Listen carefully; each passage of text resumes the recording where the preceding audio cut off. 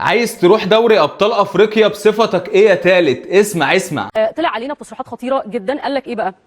الاهلي بيجهز ملف قانوني يخص الرخصه الافريقيه، وان هو هيشتكي الزمالك، وان اتحاد الكوره ما يقدرش يدي الزمالك الرخصه الا لما يسدد كل الفلوس الخاصه بقضايا ايقاف القيد، وان الاهلي بيراقب موقف اتحاد الكوره وبيطالب بتطبيق اللوائح فيما يخص المشاركه في دوري ابطال افريقيا. واخد بالك انت من جمله تطبيق اللوائح دي؟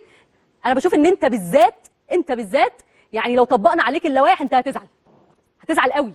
فبلاش سيره اللوائح دي، لان احنا لو طبقنا اللوائح مثلا ما كناش هنلاقي نادي بيعمل اكتر من 17 اعاره في موسم واحد.